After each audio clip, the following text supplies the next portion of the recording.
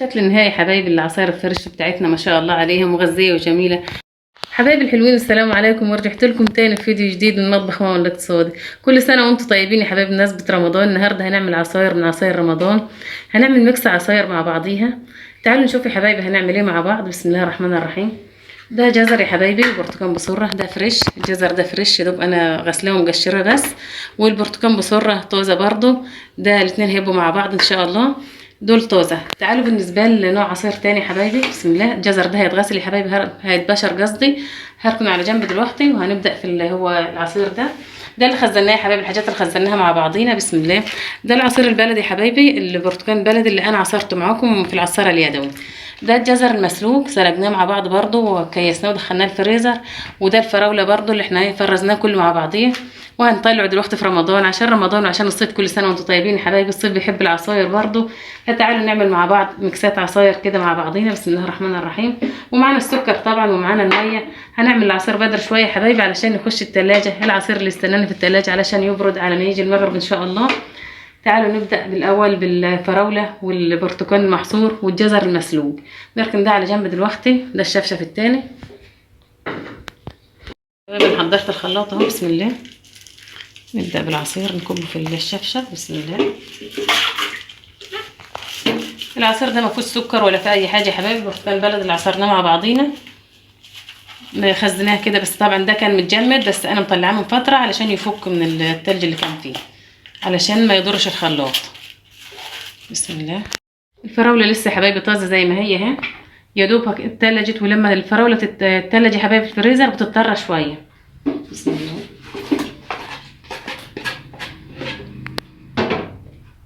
انا هستخدم طبقين من الفراوله يا حبايبي، انتوا تستخدموا اللي انتوا محتاجينه حسب الاحتياج. بسم الله. الجزر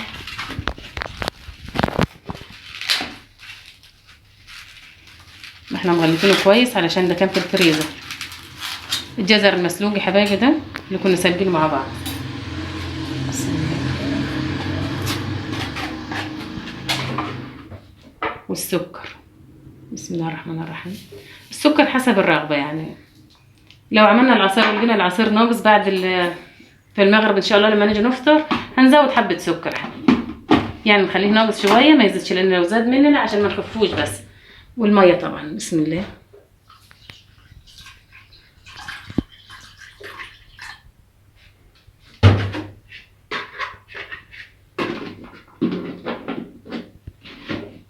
بسم الله الرحمن الرحيم.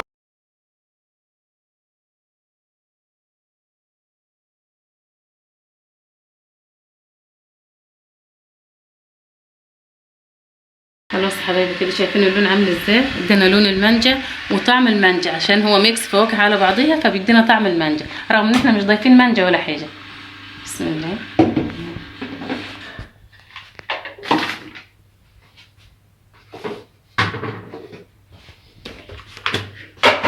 هصفي في الشفشف يا حبايبي كده، وبعدين نرجع نعمل العصير التاني. بسم الله. بصوا مركز ازاي، مش عايزين نخفوا يا حبايبي عن كده. كميه كبيره خالص ما شاء الله. ولو بات العصير عندنا يا حبايبي، يعني احنا لو بنعمل دلوقتي شفشفين، لو الاستخدام اللي احنا محتاجينه مش هياخد الكميه كلها مفيش مشاكل، العصير هيبات في التلاجة مفيش مشكله. المهم ما نرميش حاجه بالشكل ده كده. هشطف شفشف الخلاط يا حبايبي ونبدا نعمل العصير التاني. تعالوا يا حبايبي نعمل الجزر الفريش والبرتقال الفريش ده كده مع بعض طازه كده. بسم الله الرحمن الرحيم.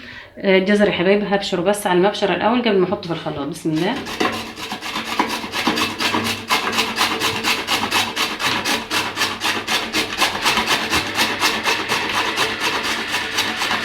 على الناحيه الواسعه يا حبايبي ديت هيطلع معايا الجزر بالشكل ده كده قبل ما احطه في الخلاط.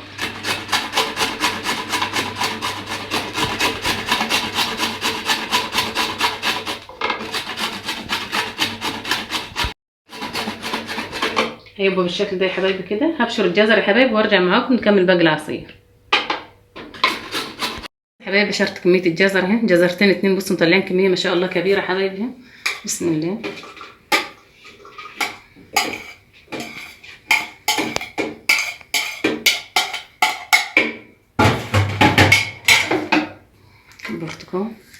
البرتقال ده يا حبايبي بسره انا مختاره بسرعه علشان ما فيهوش بذر، بس عادي ممكن تعملوا البرتقال البلدي بس تصفوه بعد كده. بسم الله.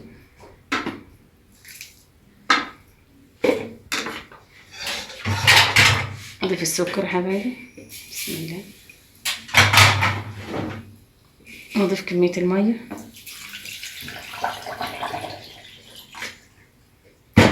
برضو نخليه مركز.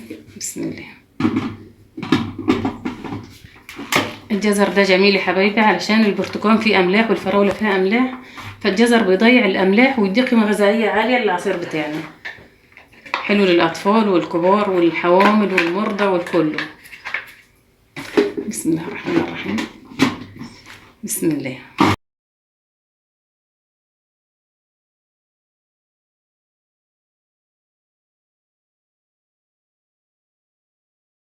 خلاص يا حبايبي كده. بسم الله. تعالوا نصب العصير ونجدد. بسم الله. شايفين لونه جميل ازاي؟ ما شاء الله، وريحته جميله خالص. بسم الله.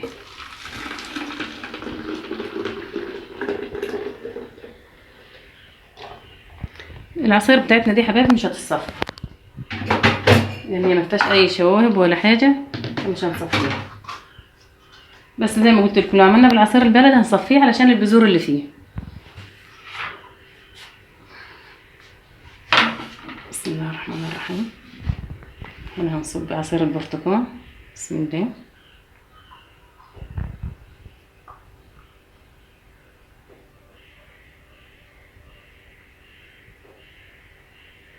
بالشكل ده حبايبي كده. وهنا هنصب الفراولة الجميلة بتاعتنا دي. بصوا مركز ازاي؟ ما شاء الله. كله عصير فريش وصحي يا حبايبي، احلى من البودرة وجميل خالص ومغذي لينا ولاطفالنا. بالشكل ده كده يا حبايبي اهو. كمية عصير ما شاء الله كبيرة. شكل النهائي يا حبايبي العصاير الفريش بتاعتنا ما شاء الله عليها مغذيه وجميله.